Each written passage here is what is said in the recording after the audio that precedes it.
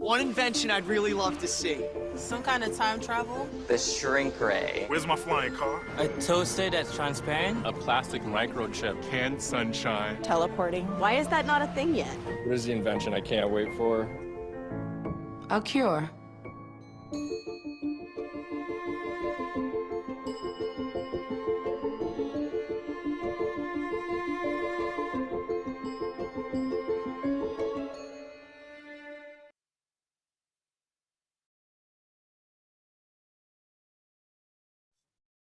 Boa noite, pessoal. Boa noite a todos. Obrigado por estarem aqui. Hoje é dia de Educação Médica Continuada do GONI, do Grupo de Oncologia do Norte e Nordeste. Eu gostaria de agradecer o apoio da MSD, que fez com que esse evento pudesse acontecer. Agradecer a confiança de todos vocês que acreditam no projeto do GONI. O GONI tem a missão de promover educação médica em oncologia de qualidade nas regiões Norte e Nordeste, onde a gente percebeu que há uma carência de eventos de atualização médica na região. A maioria dos eventos são no eixo Sudeste. Depois da pandemia, a gente percebe que as pessoas querem viajar menos, querem ficar mais próximo. E, além disso, a gente valoriza os speakers locais, né, que são líderes de opinião, muitas vezes localmente, mas também nacionalmente, e nos ajuda a transmitir essa educação. O GONI é uma empresa que pode te ajudar a organizar seu evento em sua cidade. Se alguém tiver interesse, pode me procurar depois para a gente conversar. A gente tem uma equipe de eventos, uma equipe de TI, de marketing comercial montada. Esse ano a gente já fez vários projetos, incluindo a Advisory Board para a indústria farmacêutica, e estamos com uns 20 projetos em andamento. Agora, voltando ao mais importante, que é o nosso evento, vou falar aqui brevemente sobre a programação. A gente vai ter 2 apresentações de 20 a 30 minutos, uma do ponto de vista do cirurgião, abordando o que o cirurgião precisa saber ou considerar no tratamento perioperatório com imunoterapia, e depois o oncologista abordando a imunoterapia na neoadjuvância e na adjuvância em relação aos desafios e oportunidades. Aí, para essa missão, é uma honra nossa do GONI contar com 2 líderes de opinião na área. A doutora Kiná Calabric, eu posso falar com propriedade, que eu já trabalhei com ela há mais de quase 10 anos. A doutora Kiná é uma das pessoas, não médica, mas é das pessoas, mais do que médica, as pessoas mais inteligentes que eu conheci, né? E as suas opiniões são muito respeitadas. A doutora Kiná, ela é oncologista da AMO/DASA, membro do Comitê de Tórax da SBOC e mestre em oncologia pela Fiocruz. E o doutor Ricardo Terra, eu não tive o prazer de trabalhar, mas é a minha referência nacional em cirurgia torácica. Meus pacientes, depois que passam por ele, é Deus no céu, e doutor Ricardo na Terra. Para mim, é o melhor cirurgião torácico que eu conheço, cara de formação técnica muito sólida, professor livre-docente da disciplina de cirurgia torácica da USP, chefe do serviço de cirurgia torácica do ICESP e coordenador do programa de cirurgia torácica robótica do Hospital Albert Einstein. Então, eu vou conceder a palavra agora para o doutor Ricardo Terra, que vai nos falar sobre o que o cirurgião precisa considerar no tratamento perioperatório com imunoterapia. Ricardo. Bom, boa noite a todos. Obrigado, Vinícius, pelo convite. Obrigado ao GONI pela oportunidade de estar aqui. É um prazer estar aqui com vocês, compartilhar essa apresentação com a doutora Kiná, que é realmente uma grande referência, uma grande amiga também. Eu acho que esse é um tema muito importante. Eu deixo só compartilhar já a minha tela aqui.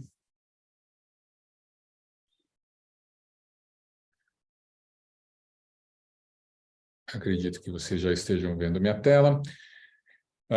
Então, mais uma vez, obrigado, GONI, obrigado, MSD, também pela oportunidade. E vamos falar aqui a visão do cirurgião em relação ao tratamento perioperatório com imunoterapia.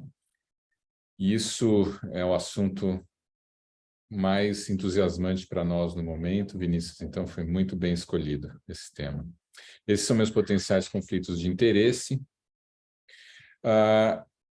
A imunoterapia está mudando o cenário do câncer de pulmão na sua fase inicial. Vocês sabem, recentemente temos várias publicações aí mostrando isso, tanto no cenário neoadjuvante, com o Checkmate 816, no cenário perioperatório, com o Keynote 671, no cenário adjuvante, com o Empower 010 e outros. Então, o que a gente vê é que as publicações aí nos mostram as curvas que são bastante entusiasmantes, como eu disse, e que provavelmente vão cada vez mais se agregar aí à nossa prática diária. E não é só a imunoterapia, a gente vê também a terapia-alvo entrando no nosso cenário de doença inicial, em que nós, cirurgiões, temos uma atividade bastante intensa, então o entendimento de tudo isso tem sido fundamental para nós, e é realmente muito bom participar desse momento tão bom da nossa área, né, do câncer de pulmão. E o que seriam as implicações, né, dessas novidades, e aí eu destaco, obviamente, a imunoterapia, que é o tema da aula, para a cirurgia torácica? Eu vou falar de 4 aspectos que eu considero os mais relevantes, né, que são as implicações para diagnóstico e estadiamento, e também para a qualidade da cirurgia e resultados cirúrgicos. A gente sabe que esses são pontos que eu vou tocar em cada um deles individualmente, mas que podem ser avaliados já com base em literatura consistente que a gente encontra por aí. Eu queria destacar primeiro a questão do diagnóstico e estadiamento. Eu acho que nada melhor do que a gente avaliar com um pouco mais de detalhe quem foram os pacientes que participaram desses estudos que eu mencionei, que obviamente são os pacientes que se beneficiariam dessa nossa nova terapia aí, que é a imunoterapia.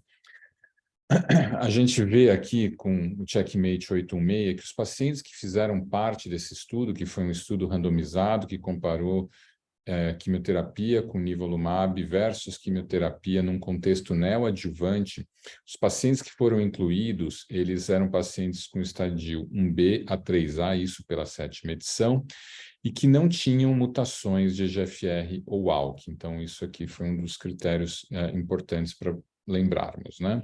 Quando a gente olha o AEGEAN, que foi um estudo já de quimio-imuno perioperatória, né, pacientes que foram randomizados para químio e imuno antes da cirurgia e também depois da cirurgia, isso comparado com placebo, esses pacientes também tinham, mais uma vez, estadio 2 a 3B, aqui já na 8ª edição, e também tinham a análise molecular, mostrando que não tinham aberrações do EGFR e ALK.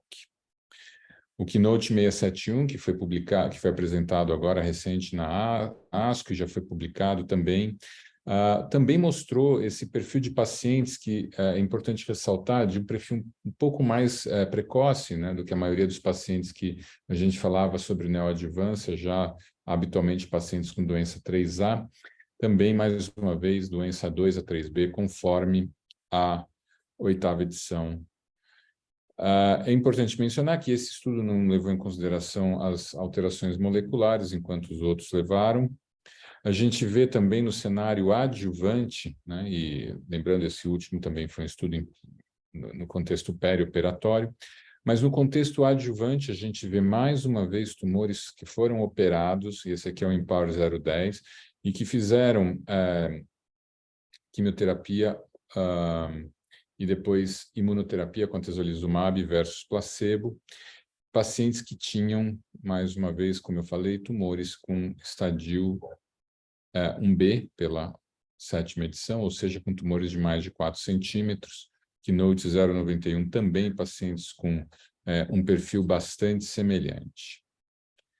Queria lembrar só que também temos trabalhos de terapia-alvo que mostraram resultados bastante empolgantes. A gente viu, como eu mencionei anteriormente, a publicação do ganho de sobrevida global com a terapia-alvo no pós-operatório.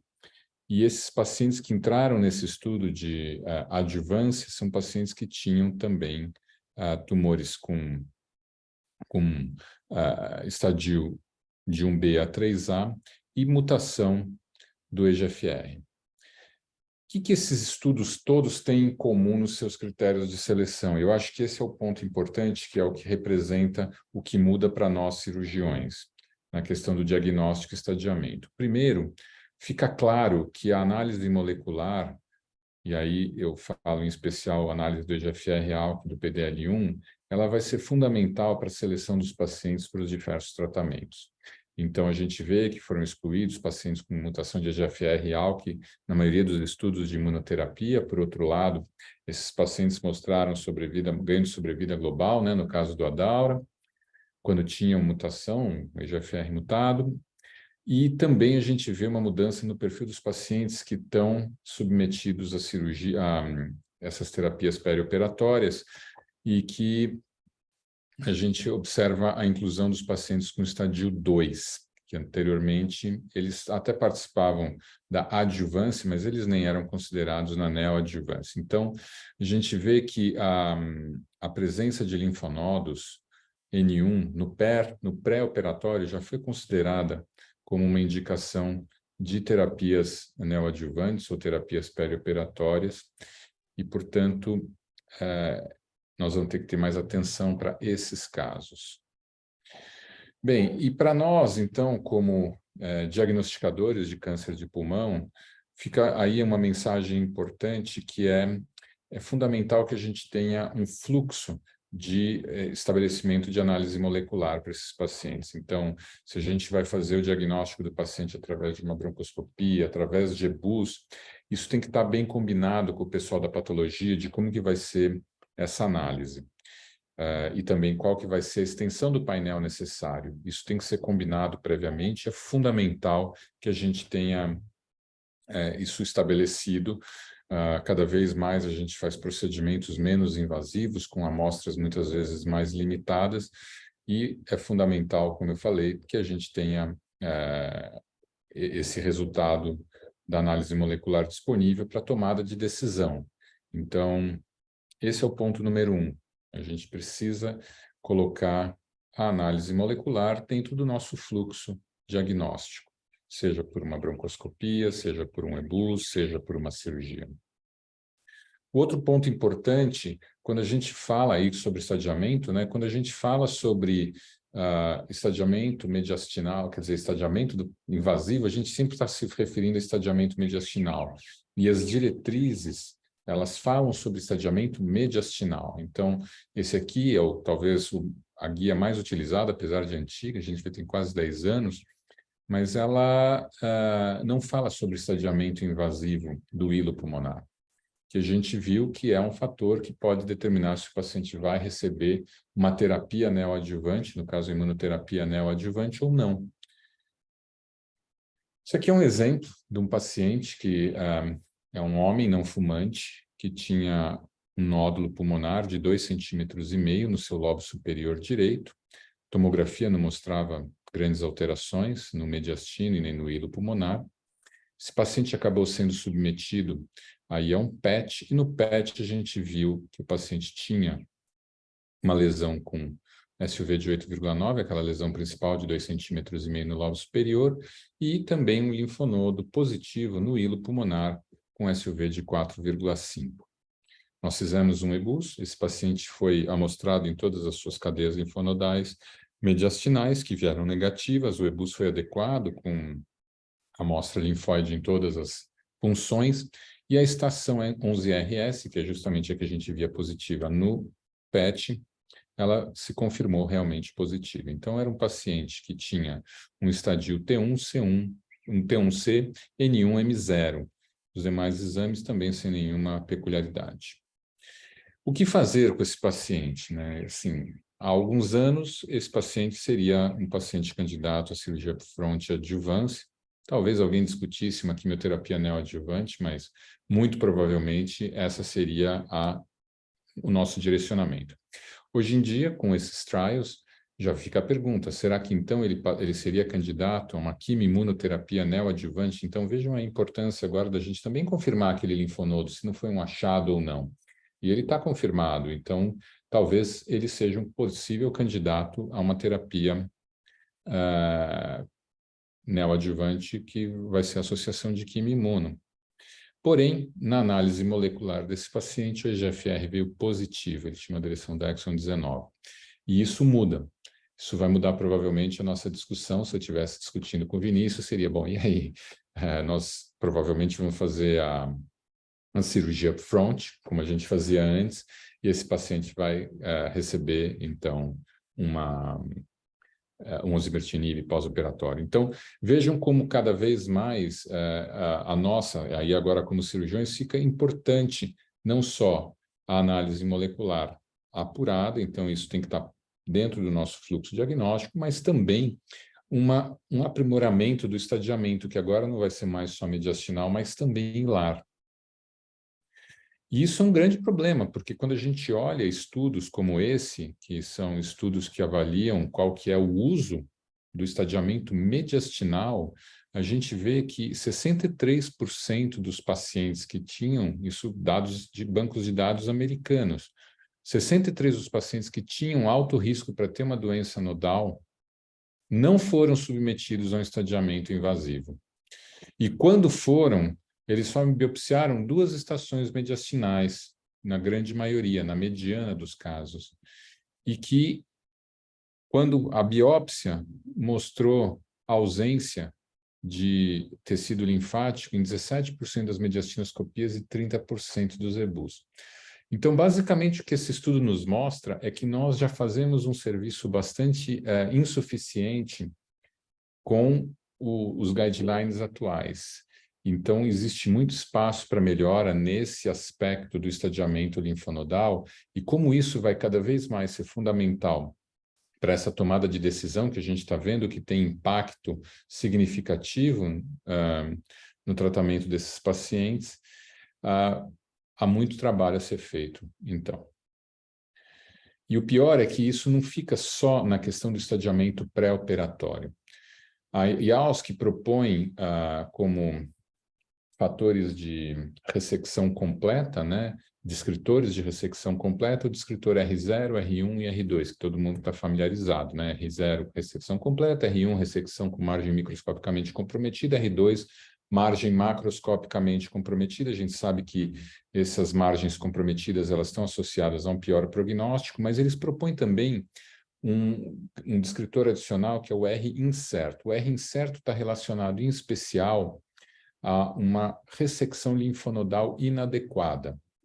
E aí, quando a gente vai olhar esses dados da ressecção linfonodal inadequada, que seria pelo menos 3 linfonodos N1, 3 linfonodos N2 ressecados, a gente vê que isso foi considerado como R incerto metade dos casos, o que é uma coisa inacreditável, porque se a gente for avaliar que esses dados são provenientes de um banco de dados de grandes instituições internacionais, e mais da metade, ou pelo menos metade dos pacientes, eles têm o R incerto, ou seja, tiveram ressecções linfonodais insuficientes, a gente vê que o problema é no pré-operatório, mas também está relacionado ao intraoperatório.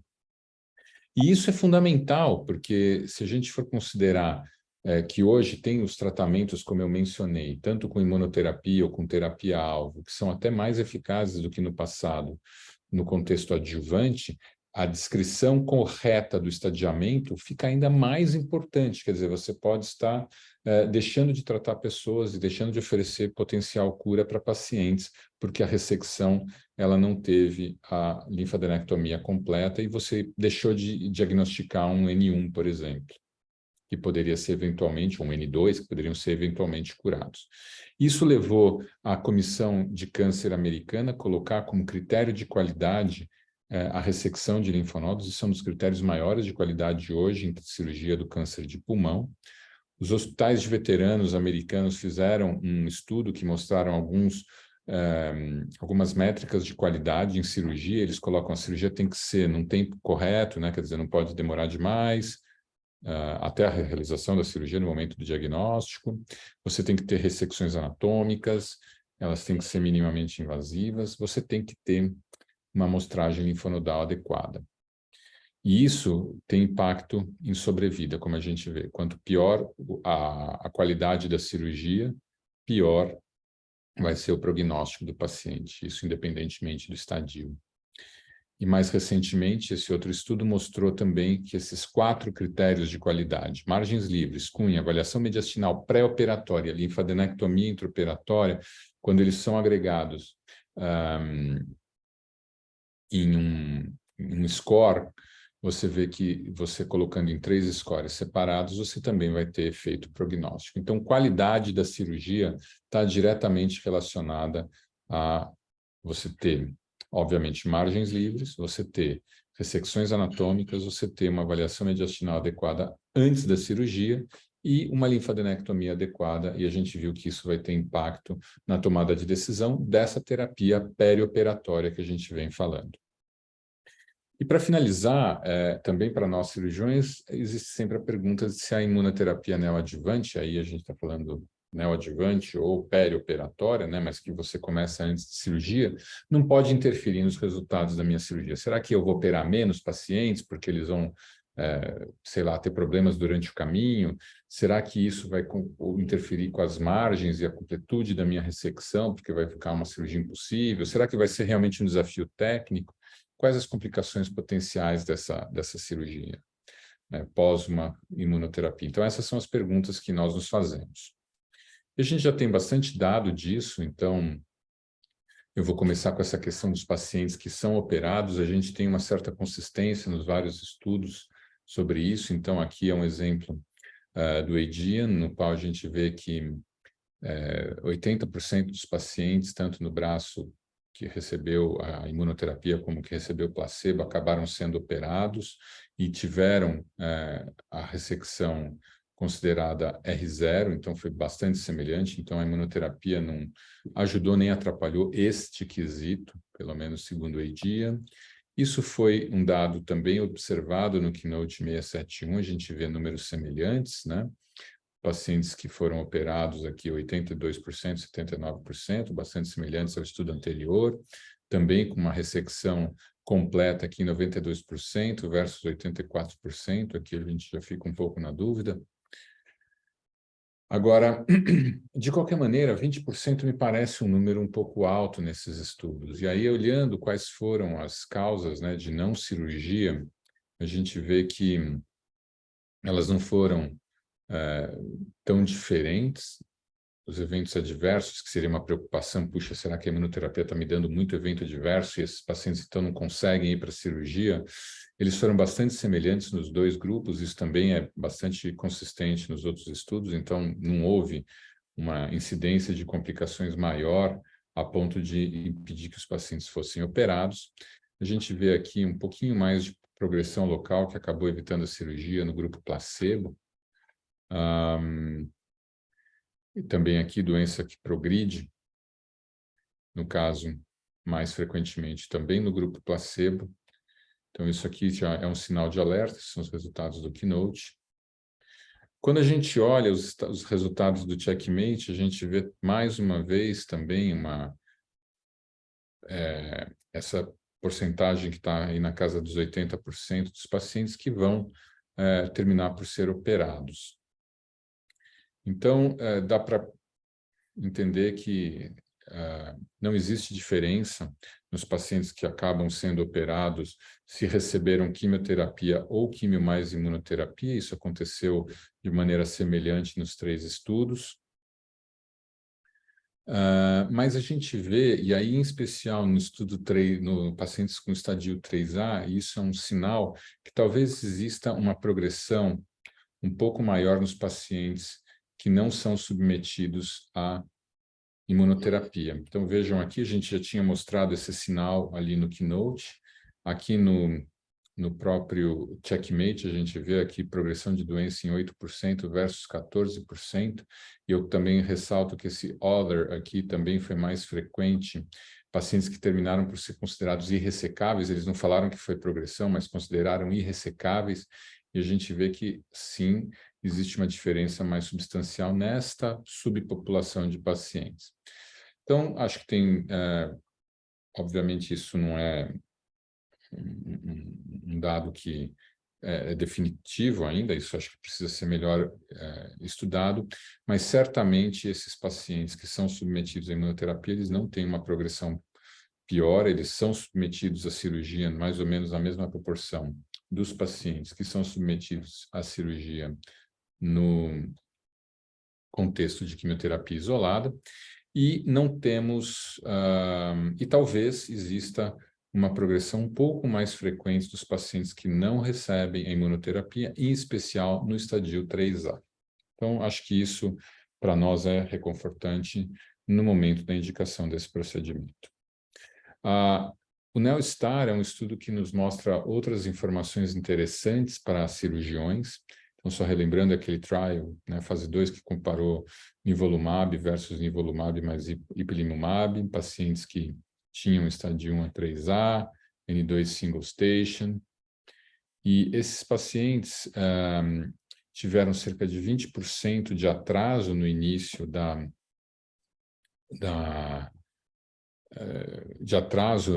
cirurgia, e isso, quando a gente olha aqui, foi muito pouco relacionado à imunoterapia. Só um dos casos realmente teve um evento adverso que estava relacionado à imunoterapia e teria atrasado, né? A maioria dos pacientes acabaram tendo esse atraso por outros motivos.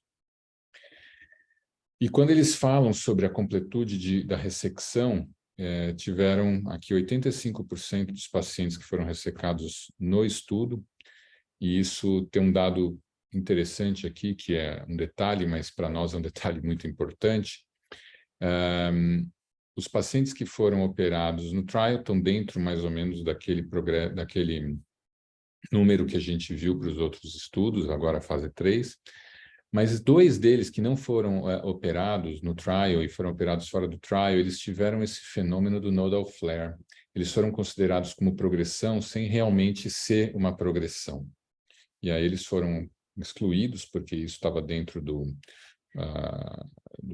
estudo, porém, eles foram reavaliados e acabaram sendo operados depois. E aqui é um exemplo. Esse foi um paciente do Dr. Gustavo, que ele me cedeu aqui as imagens.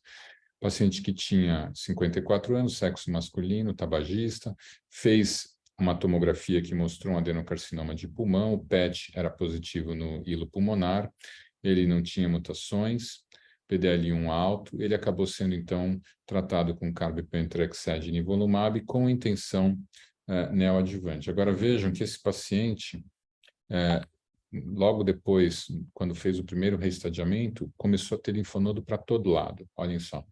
Isso aqui nos assustou bastante. A gente acabou fazendo, inclusive, EBUs nesse paciente, que veio negativo. E aí, depois, com um tratamento com corticoide de dose bem baixinha, isso aí acabou regredindo e a gente seguiu com a cirurgia. Esse paciente realmente tinha só o linfonodo hilar comprometido. Ele teve uma resposta patológica maior, não foi completa, mas a gente vê que os linfonodos mediastinais eram efetivamente todos negativos. Isso aí foi só um problema. Então, com isso, eu só quero reforçar a importância do reestadiamento invasivo antes de você negar o tratamento cirúrgico para esses pacientes por considerar progressão. Então, esse é só um alerta que a gente tem que ter.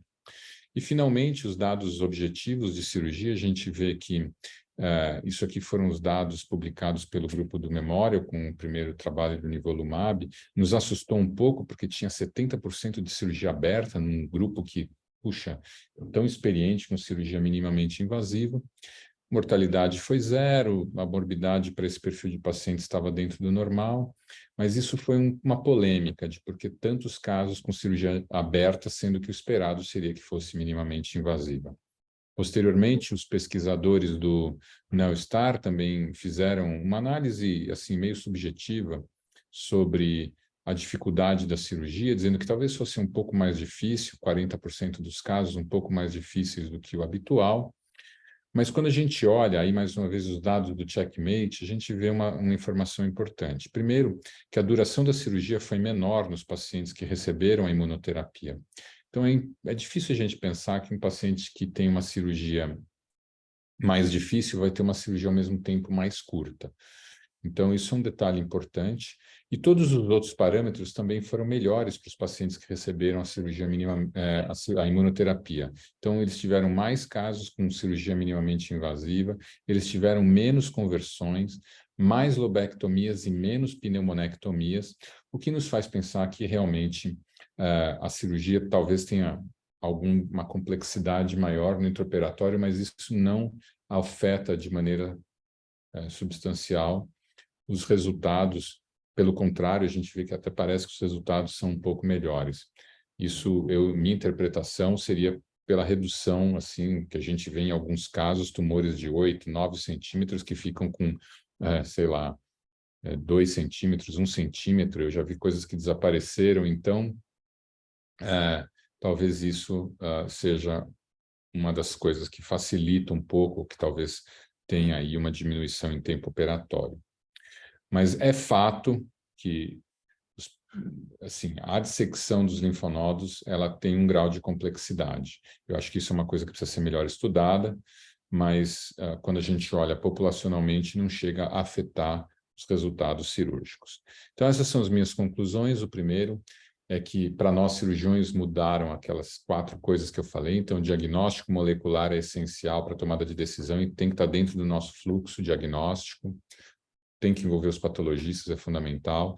Estadiamento preciso é cada vez mais relevante, a gente vai ter que começar a cada vez mais olhar isso, principalmente coisas como o hilo pulmonar, que a gente não se preocupava. A qualidade da cirurgia vai ter impacto na sobrevida, a gente viu que linfadenectomia, como método de estadiamento definitivo, ele tem impacto prognóstico. A peça cirúrgica também vai ser fundamental, a gente tem que ter um tratamento adequado, porque ela vai ser provavelmente usada para uma testagem molecular final, e que a imunoterapia não interfere na porcentagem de pacientes operados, não interfere na completude de ressecção, e ainda que a gente possa ver algumas complexidades na dissecção dos linfonodos, isso não termina influenciando nos desfechos finais. Então, com isso, mais uma vez eu agradeço e passo a palavra para o Dr. Vinícius. Como sempre, essas aulas são muito boas. No momento que a gente mostrar algum dado de sobrevida no cenário perioperatório, seja antes ou depois, vai ficar realmente imperioso ter um estadiamento mediastinal mais preciso, né? E eu fiquei preocupado com aqueles dados que você apresentou de 50% de R incerto em grandes centros de referência. Imagina como será que são os nossos dados aqui no Brasil. A gente tem dados aqui no Brasil em relação a isso. Além disso, você acha que em algum momento a gente vai começar a descalonar a cirurgia num paciente que tem uma resposta completa, um tratamento perioperatório de quimio-imuno ou de imuno?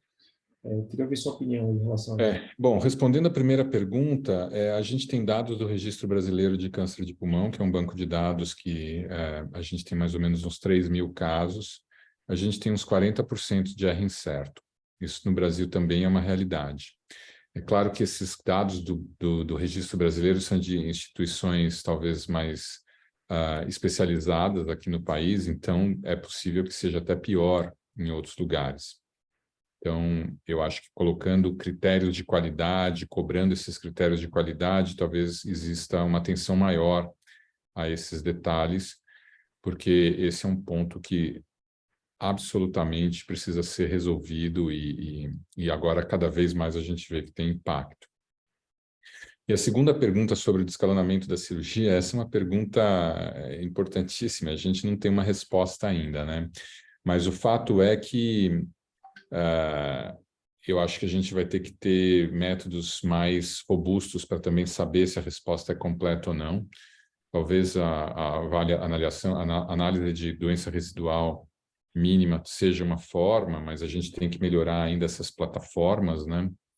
Então, a resposta, eu diria que ainda não. Eu acho que até a gente aumenta, né, a nossa gana cirúrgica. Tem um detalhe aí do Checkmate 816 e do Nadim 2, que é que os pacientes que foram operados, na verdade, eles tinham uma porcentagem de 3B alta, que seriam pacientes que a gente até num primeiro momento consideraria não cirúrgico pela extensão da doença. Então, a gente vê até um movimento contrário, né?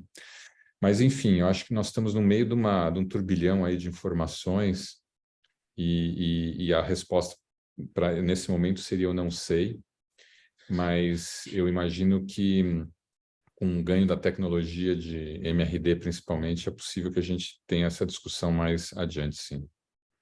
Eu vou falar que os colegas que estejam assistindo podem mandar suas perguntas no chat, que eu faço depois de terminar a aula para a Terra ou para a Kiná.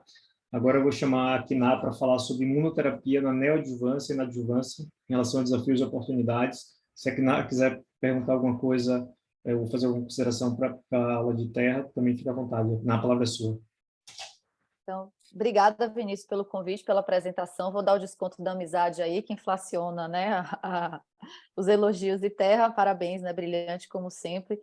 Facilita a minha aula, mas ao mesmo tempo me torna o desafio de manter o padrão, né? Então, vamos lá. Quando eu setei essa aula, eu falei, não, essa aula eu já tenho já deu umas 5 vezes, não tem problema. Só que nos últimos 3 meses essa aula mudou completamente.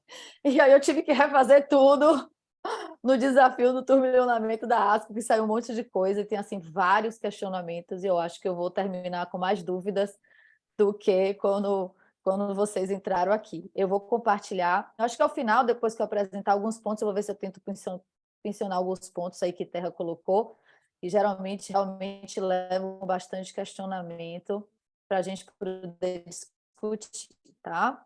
Então, eu vou me ater em imunoterapia mesmo, a gente sabe dos dados do Adaura, mas eu não vou entrar nesse detalhe, porque eu acho que não vai dar tempo. E vou falar nesse cenário, né? Pré-operatório, peri, neo e adjuvante. Minha declaração de conflito de interesse, essa aula é patrocinada pela MSD. Então, relembrando que a gente tem, na nossa realidade, apesar de ser o turbilhonamento atual, a grande maioria é doença metastática, mas a gente está lidando aí com 1/4 dos pacientes e já é um ponto que Terra colocou. Talvez esse estágio 3 irressecável mude, porque os estudos mais recentes têm incluído estágio 3B, que a gente não consideraria para doença, para cirurgia, sim para tratamento local. Então, a gente já vai começar a mudar aí como que a gente vê essa ressecabilidade, e esse foi um ponto que o Terra colocou, que existe uma grande variabilidade nos estudos, né? E a gente precisa de tratamento na doença inicial, porque o tumor de pulmão é um tumor mais agressivo, mesmo doença estágio 1B, o antigo 1B, né, tem o atual 1B, uma mortalidade de 32% em 5 anos. Quando você vai para a doença estágio 3B, que foram incluídos nesses estudos, a gente tem uma mortalidade de 5 anos de aproximadamente 75%, né? E o câncer de pulmão inicial é uma doença que carece realmente de tratamento. Primeiro, a gente diagnostica já avançado, a grande maioria estágio 4, que são dados americanos. Quando a gente fala de dados brasileiros, alguns serviços chegam a diagnosticar a doença em 90% estágio 4. E, infelizmente, os tratamentos são insuficientes, mesmo diagnosticados no estágio tardio. A gente diagnostica muito estágio 4, que tem pouca sobrevida, e no estágio precoce, os nossos tratamentos eles são insuficientes. Eu acho que a imunoterapia entra um cenário aí de uma necessidade não atendida. Porque, por 20 anos, a quimioterapia baseada em platina foi o tratamento padrão perioperatório. Pode defender neoadjuvância, quem faz neoadjuvância no serviço, pode defender adjuvância, tem vários prós e contras que a gente vai colocar mais um pouquinho, mas a verdade é que o ganho absoluto em 5 anos nessa doença ressecável é de 5%, uma redução de risco de mortalidade que varia de 10% a 15% relativo, ou seja, muito ruim. Na doença metastática, já temos a consolidação da imunoterapia, né, no tumor avançado. Pode ser isolado, pode ser combinado, pode ser na doença estágio 3. E agora, nesses últimos anos, e meses principalmente, a gente tem vários estudos sendo publicados nessa doença perioperatória. E atualmente, eu só vou trabalhar nesse, eu nem vou falar no Nadim Terra, porque é estudo de fase 2, mas aqui a gente vai trabalhar com 6 estudos de fase 3, que colocam vários questionamentos nesse cenário. Em relação ao tratamento adjuvante de imunoterapia, a gente tem 2 aprovações no Brasil, é o atezolizumab e o pembrolizumab, que foram avaliados no contexto adjuvante. O IMPAL é 0,10, mais vamos ver, doença acima de tumor estágio tamanho 4, ou seja, estágio 2, pela 8ª edição, e era estágio 1B, pela 7ª edição, que foi desse estudo. Eles eram randomizados para... faziam cirurgia e depois randomizados para quimioterapia com cisplatina, seguido de atezolizumab por 1 ano, ou best supportive care. Aqui a gente não tinha placebo. E a quimioterapia ela era mandatória nesse cenário. Quando a gente trabalha com o Keynote 091, que é o pembrolizumab, também pacientes com estágio 1B, a 3A pela 7ª edição, ressecados, independente da expressão do PDL1, randomizados, nesse caso, para depois da quimioterapia, e a quimioterapia já não era mandatória, um pouquinho diferente dos 2 estudos, eram randomizados para pembrolizumab por 1 ano, ou placebo, e aqui a gente tinha um braço, o controle era placebo e não best supportive care. Em ambos os estudos, o disease-free survival, ou seja, livre de recorrência, foi um endpoint primário, e já vem um questionamento, será que a gente vai precisar de dados de sobrevida global, como a gente precisou, aí como a gente apresentou aí o Adaura na ASCO de 2023, confirmando aí o benefício do osimetinib adjuvante.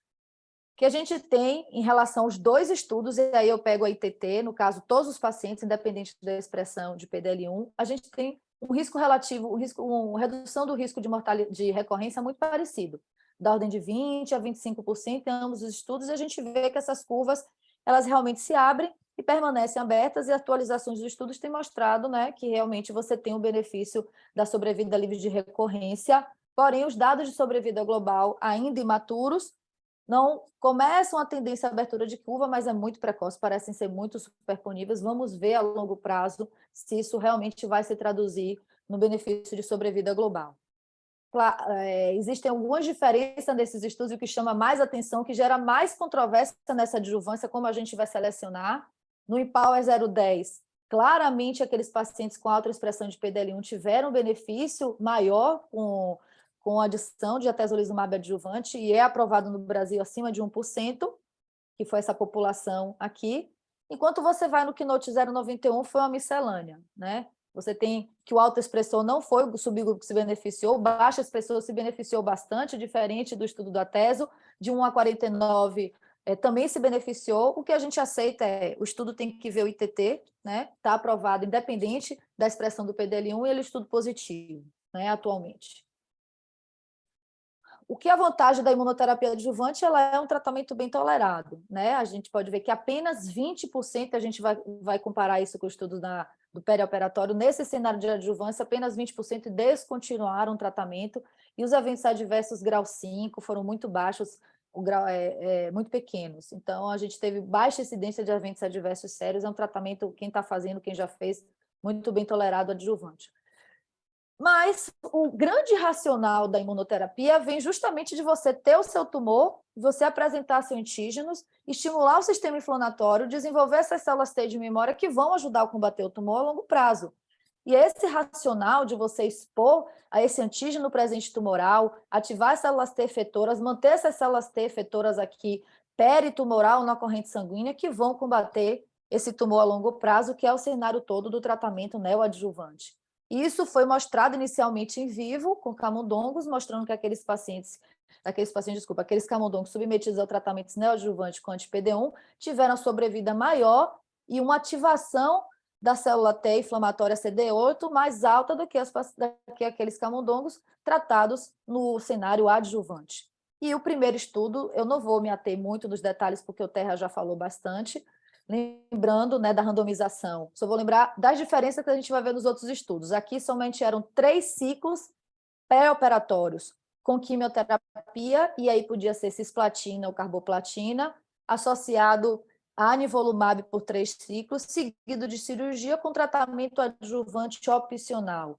E o endpoint primário aqui foi resposta patológica completa e sobrevida livre de recorrência. Mais uma vez, foi incluído um número relativamente alto de do paciente estágio 3, 65% no estudo Checkmate, eram doença estágio 3A, mais avançada local, apesar de que a gente teve paciente também doença mais inicial. E o que mostrou em todos os estadios, independente do avançado da doença, é que você tem um aumento importante da resposta patológica completa, inclusive nas doenças mais iniciais, né? Como doença estágio 1, estágio 2, a gente vê esse ganho importante da resposta patológica completa, e mesmo no pacientes doença estágio 3, quase 1/4 deles tiveram resposta patológica completa, um número bastante animador.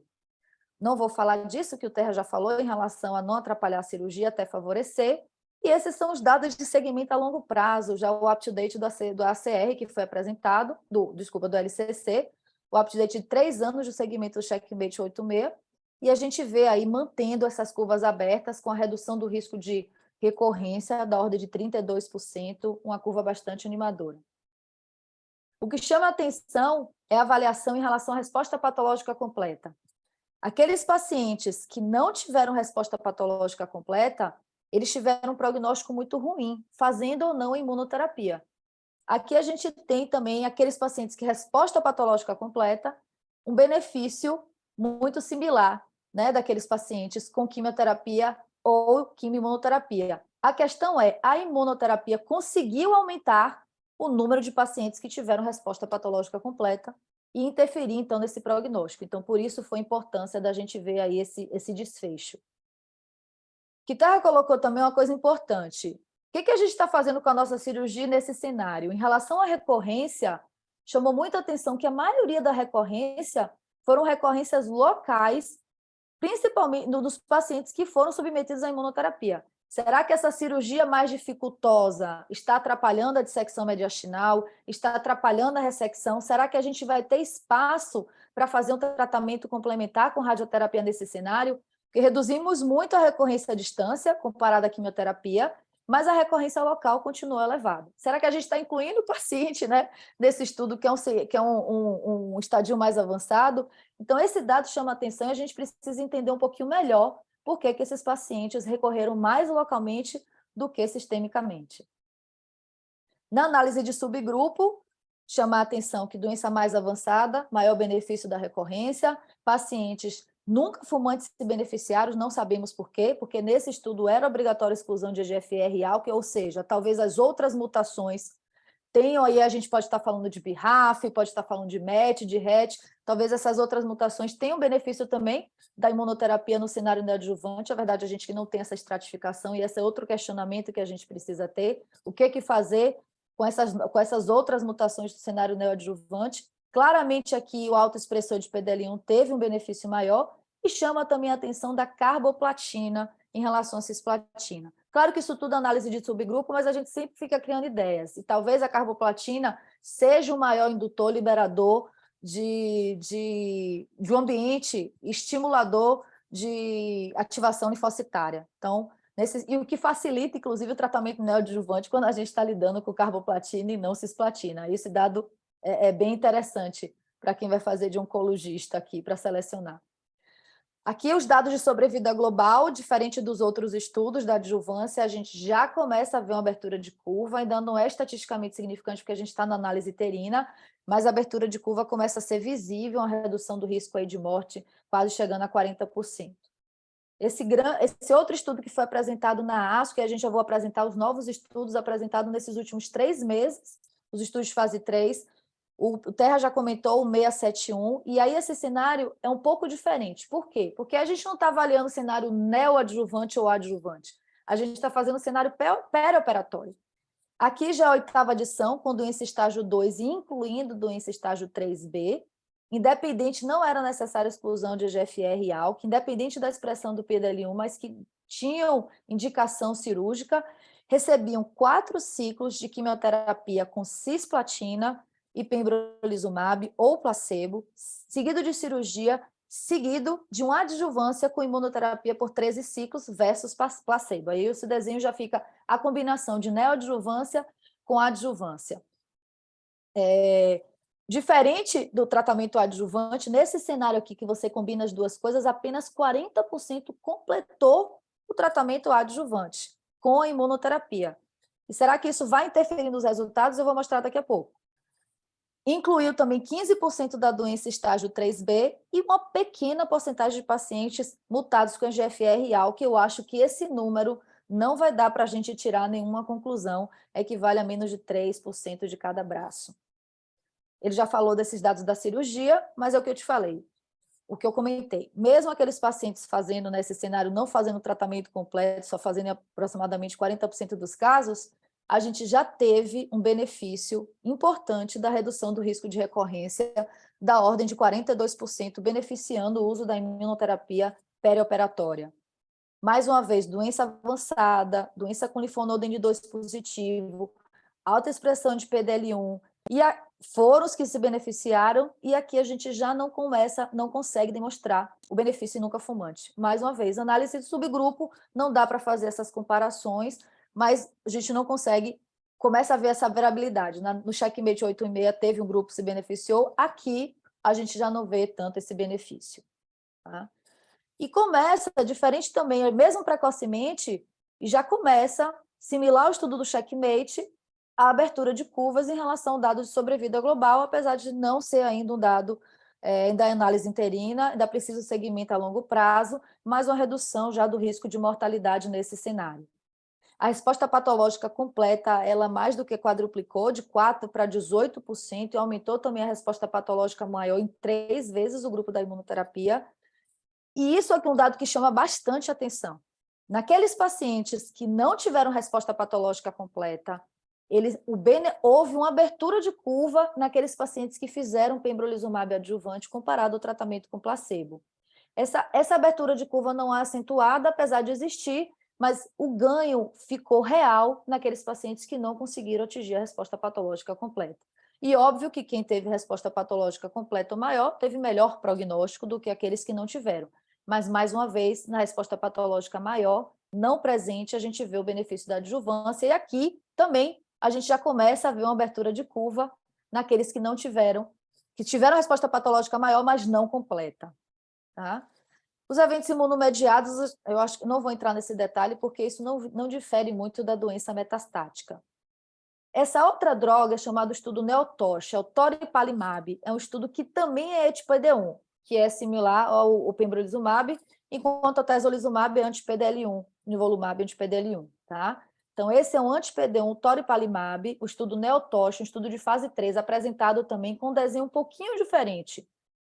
Aqui precisava exclusão de EGFR e ALK, eram doenças estágio 2 a 3, que eram randomizadas para 3 ciclos de platina com toripalimab, seguido de cirurgia, seguido de um ciclo de químio com imunoterapia, seguido de imunoterapia por 1 ano. E aqui o braço controle e o braço placebo, nesse mesmo desenho de químio com placebo por 3 ciclos, cirurgia, seguido de químio com placebo por mais um ciclo, seguido de placebo. E a redução do risco de recorrência, a depender do estadio, a resposta patológica maior, foram os endpoints primários. Difere nesse estudo porque a grande maioria dos pacientes foi um estudo conduzido principalmente por asiáticos.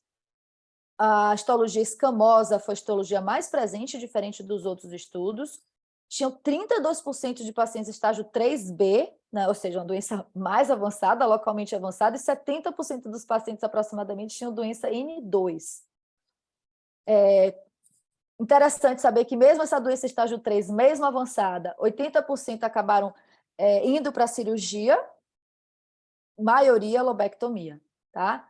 E muito similar àquela curva, redução de risco de recorrência da ordem de 60%, né? Por investigador local quanto central, o número estatisticamente significante é que é muito animador essa curva que a gente está vendo aí. E isso foi independente da expressão do PDL1, apesar de que paciente com autoexpressão, você começa a ver a abertura, o hazard ratio fica menor, mas que existe também o benefício mesmo para aquele negativo. Aqui o N não permite aqui a significância estatística. E o subgrupo escamoso, que foi a maioria dos pacientes, teve uma abertura de curva bastante importante também. Mais uma vez, houve um aumento da resposta patológica maior, que é o endpoint primário, e o similar ao que a gente viu no estudo anterior, a gente vê um pouquinho da abertura de curvas com a imunoterapia no cenário perioperatório, tanto do resposta patológica maior quanto daqueles que não tiveram resposta patológica maior, e muito similar também ao estudo do pembrolizumab, que não teve resposta patológica completa. Você fazer o toripalimab nesse cenário paraoperatório e adjuvante fez com que houvesse uma melhora, uma redução da recidiva desses pacientes, diferente daquele paciente de resposta patológica completa, que as curvas vão muito similares.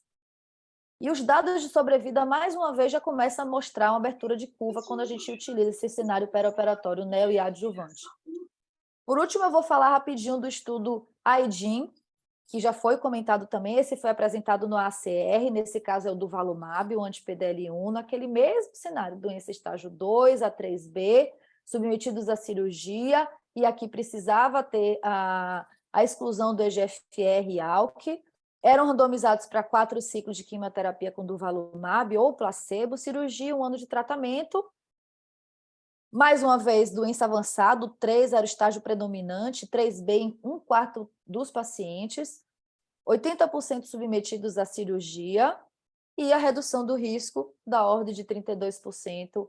A gente não tem ainda os dados de sobrevida global, mas o importante é o aumento da resposta patológica completa e da resposta patológica maior, similares aos outros estudos.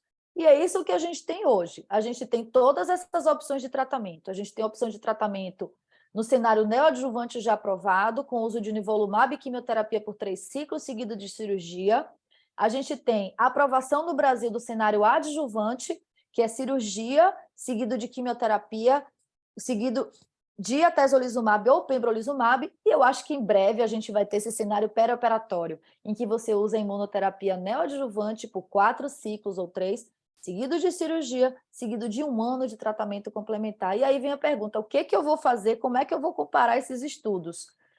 Né? Todos tiveram uma redução, o objetivo primário como redução do risco de recorrência, e todos atingiram a sua significância estatística e foram estudos positivos. Quando a gente vai entrar na análise de sobrevida global, é que começa a haver alguma divergência. Os estudos que utilizaram imunoterapia neoadjuvante, a gente já começa a ver um hazard ratio mais robusto, ainda sem significância estatística, porque é tudo análise interina, mas a gente já começa a ver que tende a ter a sua significância. Enquanto que os estudos da adjuvância, a gente ainda não conseguiu ver essa abertura de curva. Será que o tempo de follow-up é maior? Será que esses pacientes que foram submetidos à adjuvância são doença mais inicial e realmente a gente vai ter menos recorrência e impacto na sobrevida menor a longo prazo? Eu não sei responder, mas que chama a atenção que no cenário da neoadjuvância a abertura de curva ela já é mais precoce, ou por seleção de pacientes, ou por benefício realmente do tratamento, isso chama a atenção. A gente pode ver aqui as curvas, né, do IMPAL é 0,10, do KNOT 0,91 de sobrevida global. Elas tendem a ir muito juntas, só abrindo um pouquinho no final, enquanto que a gente tem os estudos de neoadjuvância já atendendo a abertura de curva, às vezes já precocemente com 1 ano, 1 ano e meio, 2 anos, a gente já vê essa abertura de curva, tá? Então, o que a gente vai fazer, né? Os estudos estão deixando ainda muita dúvida.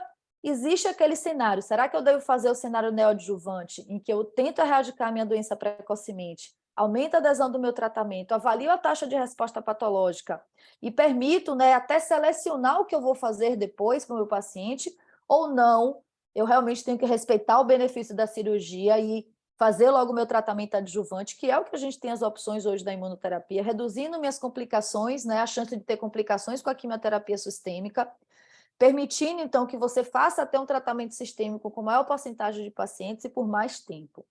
E, na verdade, o que eu estou vendo nos últimos estudos, o que está vindo de maiores estudos, é o cenário que combina as duas estratégias, a estratégia neoadjuvante com a estratégia adjuvante.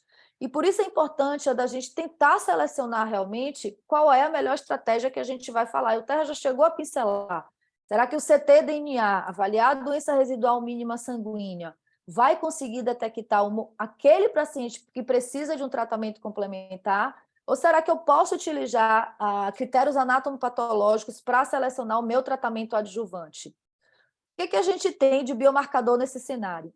PDL1, diferente da doença metastática, né, que a gente vê uma clara relação, mas que todo mundo, na verdade, é similar, todo mundo se beneficia, a gente também tem isso na doença inicial. Né? Os estudos, de uma forma geral, exceto que KNOT 091, mostram que a doença com alto expressor ela realmente se beneficia mais de você fazer a imunoterapia nesse cenário perioperatório. Mas mesmo aquele paciente com PDL1 negativo, alguns estudos mostraram o benefício também. Então, não dá para excluir baseado na expressão do PDL1. Acho que hoje o único biomarcador que vai excluir a gente realmente de pensar no cenário da neoadjuvância com imunoterapia é a positividade da GFR, que o Terra colocou um caso muito interessante, que realmente nesses casos eu tenho a tendência a forçar a cirurgia, mesmo paciente N2, porque eu tenho um tratamento que agora mostrou dados de sobrevida com redução do risco de mortalidade de 50%. Né? O ctDNA, que é a avaliação de resposta de presença de célula tumoral, DNA tumoral circulante, ele é um importante marcador prognóstico, ou seja, aqueles pacientes que negativam o ctDNA após cirurgia, eles têm uma sobrevida livre de recorrência estatisticamente muito melhor e superior daqueles pacientes que não negativam, mas a gente precisa saber se eles têm um valor preditivo de selecionar tratamento.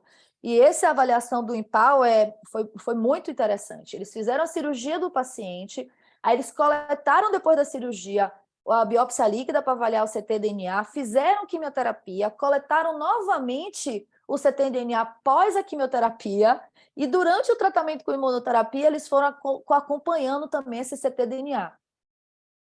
A nossa quimioterapia, e quem defende, não, a quimioterapia vai sair, também não é bem assim.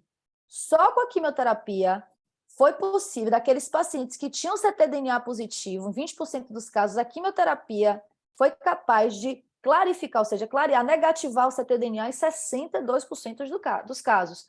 E esses pacientes que tinham essa negativação do ctDNA tiveram um benefício em relação à recorrência. Ou seja, eu acho que a quimioterapia ela continua sendo importante, pelo menos nesse cenário de adjuvante, como tem mostrado esse estudo.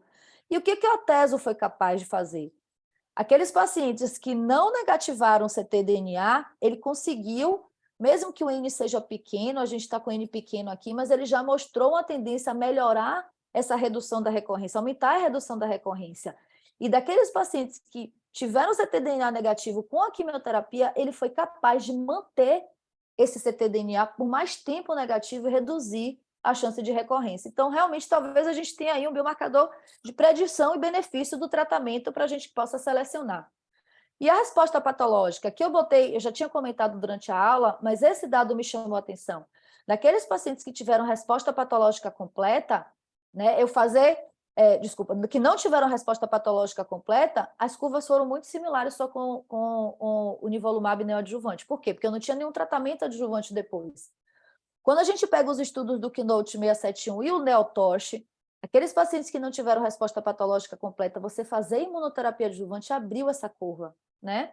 Aqui a gente tem as curvas muito similares, o N é pequeno, não tem abertura total, mas se você tem a resposta patológica maior, ou seja, ainda tem doença residual, parece que é benéfico fazer também a imunoterapia adjuvante.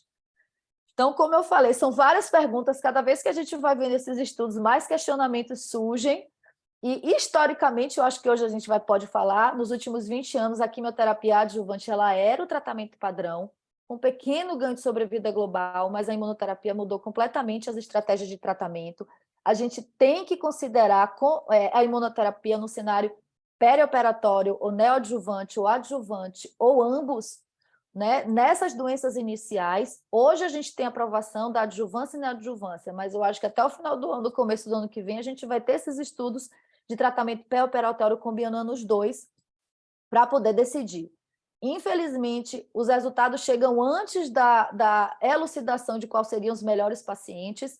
Eu acho que a avaliação de resposta patológica maior, a avaliação do ctDNA vai poder dar uma luz se a gente, depois da quimioterapia com imuno, a gente realmente vai precisar fazer 1 ano de tratamento complementar.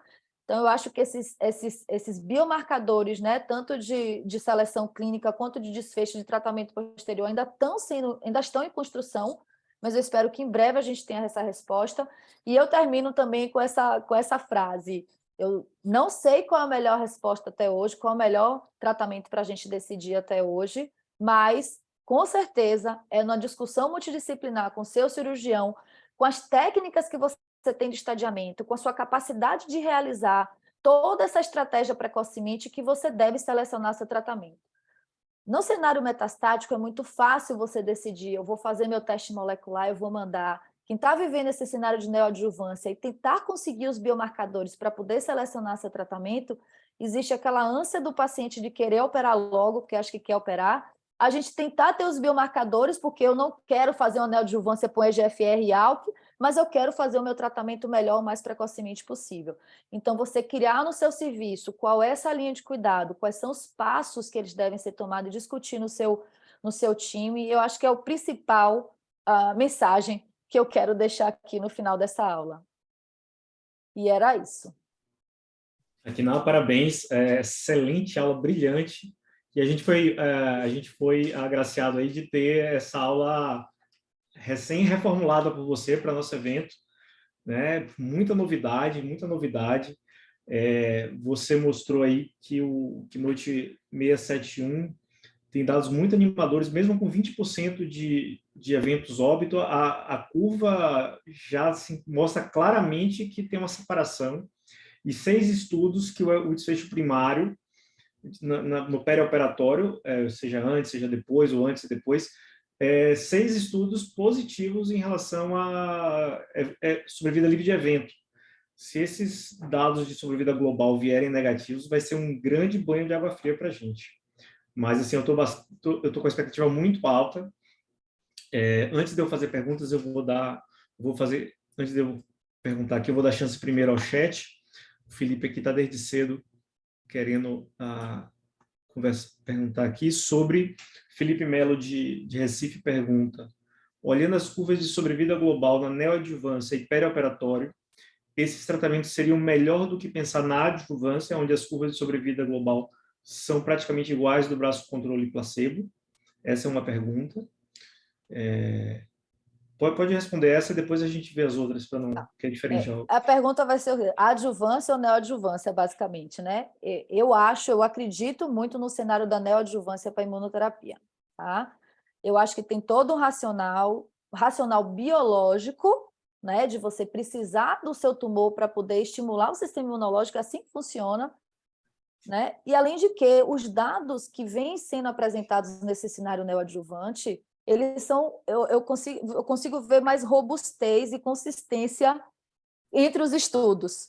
Então, me parece que, em relação à imunoterapia, ela vai se consolidar mais na neoadjuvância. Qual é a diferença? A gente tem mais segmento a longo prazo dos estudos de adjuvância, exceto o CheckMate 86, que também já tem um follow-up maior, e esses estudos que eu apresentei são estudos muito precoces, muito cedos de segmento, mas já chama atenção realmente a abertura de curva. Eu acho que o que vai ficar vai acabar sendo o tratamento perioperatório, e o que a gente vai precisar selecionar é quem realmente precisa desse tratamento depois de um ano, que é a sua próxima pergunta. No estudo, ele era indicado, tá? Todo mundo que era randomizado, o estudo era 4 braços de quimioterapia neo com imuno, seguido de cirurgia, seguido de 1 ano de imunoterapia. Apesar de que somente 40% completou esse 1 ano, e mesmo assim a gente já viu um grande benefício na redução do tempo de recorrência, né? Mas no estudo era obrigatório, sim. Eu só fazer um comentário sobre isso, Vinícius, desculpa interromper, Claro. mas um ponto importante que eu vejo é que, independentemente, eu concordo 100% com a Quinara, eu acho que o racional biológico todo está para fazer isso neoadjuvante, a gente tem informações adicionais para tomada de decisão depois, que são muito importantes com o teste terapêutico que a Imuno faz. Agora, sempre nós vamos ter a adjuvância. Como a gente mostrou na apresentação, 60% dos pacientes não são nem estadiados, então vai ser muito difícil a gente mudar esse panorama de forma radical. Eu acho que a gente tem que trabalhar para isso, etc., mas sendo muito realista, a gente sabe que a adjuvância ela ainda vai ser bastante frequente. Então, é muito importante a gente ter esses dados e discutir muito a adjuvância também, porque no mundo real, eu diria que isso vai acontecer. A gente fez uma análise há alguns anos do banco de dados da Sociedade Brasileira, quando ele estava ativo, e assim, quando a gente foi buscar o número de pacientes que fizeram neoadjuvância no país, né, pelo menos dos contribuintes ao banco de dados, era um número assim, eu diria que se fosse 10% do total de pacientes que seriam potenciais candidatos, eu estou provavelmente sendo otimista. Então, é uma realidade grande que, obviamente, exige esse ponto que a Arquinar tocou no final, que eu acho que é também fundamental, que é da multidisciplinaridade e a conscientização, né? Porque essa coisa tem que ser discutida antes, então... Mas a verdade é que a gente sempre vai discutir a adjuvância, na minha opinião. Oiter, você está coberto de razão. E, na verdade, não vai ter qual é o melhor tratamento, vai ser qual é o melhor tratamento para o seu serviço, né? É onde você consegue estadiar melhor o paciente, encaminhar ele melhor, o paciente, né? Fazer uma cirurgia no tempo adequado, porque não adianta eu querer inventar coisas que eu não tenho acesso. Então, por exemplo, alguém perguntou aqui, eu devo fazer GFR e ALK antes de decidir por neoadjuvância com imuno? Sim. Então, assim, é importante. Por quê? Porque eu já tenho dado de sobrevida global positivo com a EGFR no ADAURA, né? Então, poucos pacientes foram incluídos nesses novos estudos de neoadjuvância com imuno. Então, se eu tiver um paciente EGFR, eu vou ser mais flexível em fazer minha cirurgia mesmo com o N2, porque eu quero fazer um osimetinib para ele adjuvante. Então, mas talvez no meu serviço, eu fazer essa testagem, eu fazer uma biópsia, eu criar toda essa logística vai mais atrapalhar o tratamento do paciente do que realmente eu fazer minha cirurgia seguido do meu tratamento que eu tenho disponível. O câncer de pulmão, ele cresce, né? A gente tem trabalhos mostrando que a cada 4 semanas de atraso, você tem uma elevação de 15% a 20% no estadio. Se você atrasa 13 semanas, pula de 13% para 67% quem está de doença inicial para doença estágio 3. Então, eu acho que a gente tem que ter muita clareza e tranquilidade para decidir o que vai ser para o meu paciente e saber que eu tenho dados de adjuvância para fazer, como o Terra falou, que vai ficar por muito tempo mesmo e que esses estudos são positivos, tá? E estão aprovados. Perfeito. É bom a gente ter se a gente puder ter as duas opções, desculpa, se a gente puder ter as duas opções, seria excelente. Aqui na daria um intervalo de tempo em que, para saber se você implementaria no seu serviço a neoadjuvância ou adjuvância, qual o intervalo de tempo que você precisava para preparar o paciente para fazer a neoadjuvância, em ter os dados moleculares, etc. Se é um serviço que demora 3 semanas, 4 semanas, isso seria impeditivo? Eu vou lhe dizer, 3 a 4 semanas é o cenário ideal, tá? 3 semanas você conseguir mandar esse paciente para a cirurgia da sua suspeita diagnóstica. O que a gente vê, às vezes, é que pode demorar até mais. Porque, por exemplo, para eu fazer eu queria colocar aqui, eu já construí a linha de cuidado da neoadjuvância, o que acontece? O paciente, primeiro, ele precisa ter uma biópsia, antes de tudo. Por quê? Porque dessa biópsia eu vou ter a testagem molecular, né? Segundo, ele precisa ter um estadiamento invasivo do mediastino. Então, só essas 2 autorizações, às vezes você pode fazer tudo de uma forma só. Você pode fazer o booster, a biópsia e estadiar o mediastino. Às vezes você não consegue. Às vezes não é acessível, né? Às vezes você precisa fazer uma biópsia da massa, você depois precisa estadiar o mediastino. Então, essa linha, e a gente consegue fazer, às vezes, no nosso serviço rápido, mas tem um terceiro, o médico consegue marcar, mas tem uma terceira autorização que pode levar até 21 dias úteis para liberar um procedimento. Aí você tem 21 dias úteis para liberar um estadiamento mediastinal, né, ou a patologia, para depois você fazer sua anatomia patológica, seu teste molecular, e mais 21 dias úteis para liberar sua cirurgia. Então, a gente está falando de 2 a 3 meses, isso é inadmissível. Então, eu acho assim, se você conseguir deixar esse paciente prontinho para iniciar seu tratamento entre 3 a 4 semanas, eu acho aceitável. Eu não sei o que você está fazendo aí, Terra, mas isso é mais ou menos o deadline que a gente tem colocado aqui. Eu concordo, isso varia muito. Por exemplo, no ICESP eu não consigo 3 a 4 semanas de forma alguma. No Einstein, obviamente, se a gente quiser, consegue em 1 semana, varia muito. Eu acho que o importante é fazer isso que você comentou, de ter um fluxo que seja realmente discutido entre todas as partes. Eu vou dar um exemplo de uma coisa que estava atrasando um pouco o nosso tratamento, estava criando muita angústia. Quando a gente começou a fazer as pesquisas moleculares, a gente achava que ia ter que fazer o NGS para todo mundo. E aí, assim, para o paciente com doença inicial, você não precisa fazer o NGS. Então, você pode ter só os 3 marcadores.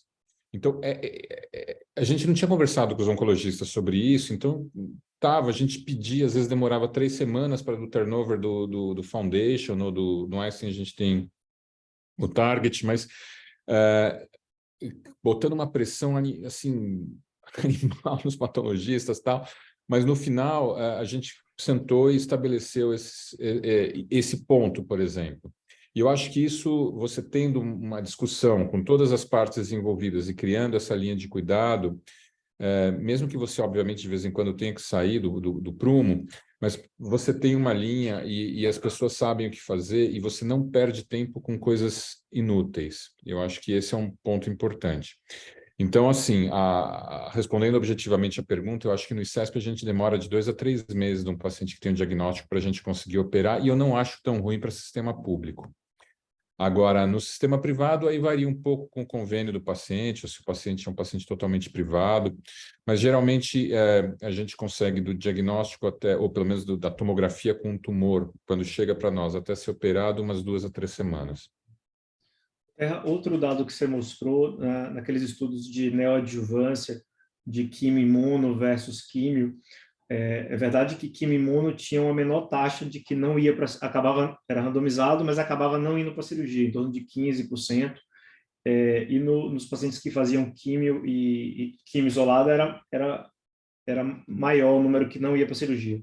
Você acha que perder 15 a 20% que não conseguem ir para a cirurgia, isso é um número muito alto ainda, ou seriam pacientes que realmente iam progredir e não seriam bons candidatos à cirurgia? Assim, a minha opinião desses estudos todos aí que a gente está falando, eles são um pouco diferentes dos estudos para neoadjuvância que a gente via com quimioterapia. eu acho que estão sendo incluídos pacientes com doença mais avançada. Essa é a minha sensação. Tanto que comparar também os pacientes da neoadjuvância com os da adjuvância também não dá, porque são pacientes muito diferentes. Então, assim, eu acho que esse número de 15% a 20% estaria ok. A gente estava acostumado com números ao redor de 90% para neoadjuvância. Então, se você pegar, por exemplo, estudos da década aí de 2010, você vê que os estudos de neoadjuvância, em geral, 90%, mais próximo do 90%, a gente está vendo números mais próximos dos 80%, mas eu acho que isso tem a ver com a questão de como que a gente está... como estão sendo incluídos os pacientes, são pacientes mais avançados. E é interessante que a maioria dos pacientes que acaba não indo, você vê que no grupo químio, estadio 3A, 25% não foram operados. E é o que a gente espera mesmo, esses pacientes eles já eram de base, pacientes muito ruins, então eles têm mais progressão, e eu acho que alguns, eles foram colocados, mesmo estando muito borderline, porque o pesquisador tinha expectativa de que ia reduzir, aí não reduziu, ele excluiu. Que é o que a gente vê no checkmate. Tem uns pacientes lá que me parecem isso. Então, assim, em linhas gerais, me parece que está um número ok. E, Terra, eu acho que fala também, favorável ao que você está dizendo, que a taxa de recorrência local ela é alta, né? Sim, exato. Ela é alta, e, ou seja, provavelmente esses pacientes são mais localmente avançados mesmo. E o que Terra falou, os estudos do Empower, do Atesio e do pembrolizumab é um outro grupo de paciente. Talvez, e eu comentei, a abertura de curva da sobrevida global não esteja viva por seleção, não esteja abrindo ainda por seleção de paciente. Talvez seja uma doença mais precoce e a gente está empurrando mais paciente para 2A ou 3A, 3B para neoadjuvância. E também é bom, tá, Terra? Porque as curvas estão bem interessantes, né? As curvas estão bem interessantes. E quanto mais avançado o estadio, maior o benefício na recorrência.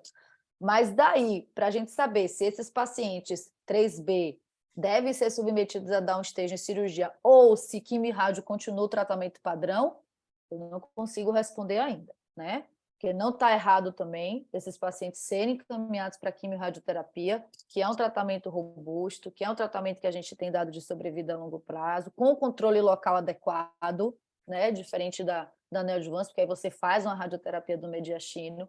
Então, a gente ainda tem esse subgrupo aí que eu não consigo, ele está bem borderline entre neoadjuvância e quimio e rádio.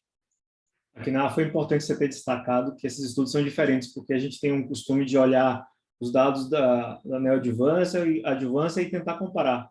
Mas se você vê que 20% dos pacientes não são operados, ou você analisa por intenção de tratamento, que muitas vezes a gente acaba avaliando só o protocolo, quem realmente foi operado, aí você está selecionando uma população melhor, tirando aqueles que estão muito ruins logo e não dá para comparar. Então, foi importante você ter destacado isso.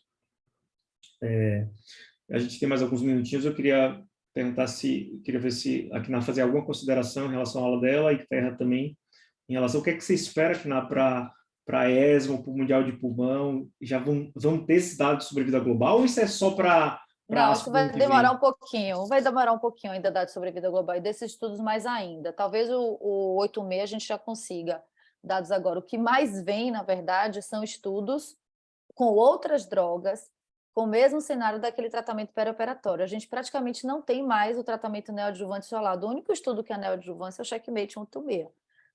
Todos os outros estudos que vão chegar aí vão combinar neoadjuvância com adjuvância. E o que eu realmente espero é que eles tenham desenhado nos estudos que a gente ainda não sei, formas ou análise ou depois pré-estabelecido, que a gente consiga responder quem realmente vai se beneficiar, porque todos os estudos agora são Me Too, né? Todas as drogas iguais, o mesmo desenho, faz antes, faz depois. Eu não consigo ter a resposta, a gente tenta aí, está tentando com a resposta patológica, com o ctDNA, selecionar quem realmente precisa de tanto tratamento. Quem não vai ser operado, quem deve ser operado, quem vai precisar de adjuvância depois.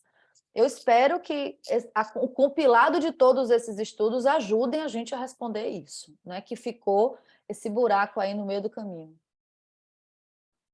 O comentário que eu queria fazer também, Vinícius, que eu não falei na aula, é uma coisa que nós não sabemos ainda, então, como é especulativo, eu não coloco em aula, eu comento depois. Mas nas nossas palestras cirúrgicas, a gente tem discutido muito pacientes que têm a resposta patológica completa, em especial se tinham um linfonodo positivo, tem sido particularmente desafiadora a cirurgia. E uma das discussões que se tem é se você resseca, por exemplo, um linfonodo que está grudado na artéria que você vai ter que fazer uma pneumonectomia. Se você deixa esse linfonodo e isso você interpreta se a resposta patológica completa, se isso é doença que ficou, se isso não é doença que ficou, o quanto que a gente tem que investir em realmente tirar esse linfonodo ou não. E essas respostas ainda nós não temos. Então, eu diria que para esses casos que a gente tem essa resposta patológica completa, eu já operei pacientes que tinham, principalmente doença hilar, muito volumosa e respondeu totalmente, fica mais desafiadora a cirurgia. Só que aí a questão é assim, isso talvez não interfira no desfecho, porque você não tem mais doença lá mesmo. Então, mesmo você tirando, talvez não tudo, a doença não vai voltar, porque não tem mais. Então, essa discussão, ela existe, tá? Como eu falei, eu não gosto de colocar isso em slide, porque é totalmente especulativo e isso tem diversas interpretações possíveis, mas só para atualizar vocês desse tipo de discussão que existe nos foros cirúrgicos. Agora, Eu Terra, acredito- para a gente avaliar a resposta patológica completa, eu preciso tirar o tumor. E assim, Sim. não necessariamente a resposta radiológica correlaciona com a resposta patológica completa. Só E complementando o o que a número Kina falou, menor de pacientes, pequeno, que tem resposta patológica completa, né, nos estudos. Sim. Então, eu não sei como a gente vai responder essa pergunta, sem tirar o tumor. a Kina tocou na aula, é um assunto que é muito importante e muito promissor, que é o ctDNA. Que não deixa de ser uma forma de você analisar a resposta do ponto de vista molecular. Se o PET tem uma resolução para ver alguma doença de algum tamanho, o ctDNA conseguiria ver essa resposta num nível mais molecular e talvez te dar uma resposta, se a gente conseguir provar que o ctDNA está correlacionado à resposta patológica completa, abaixo de determinado valor, e aí você conseguir poupar uma cirurgia mais difícil, onde tiver uma resposta metabólica completa e também molecular maior também. Eu acho que ainda tem várias perguntas aí, mas acho que a mensagem principal que fica, e eu concordo em gênero, número e grau, é a história dos dados do checkmate que você mostrou, que mostra maior recorrência local. É possível que gente que não está ressecando tudo está levando a maior recorrência local.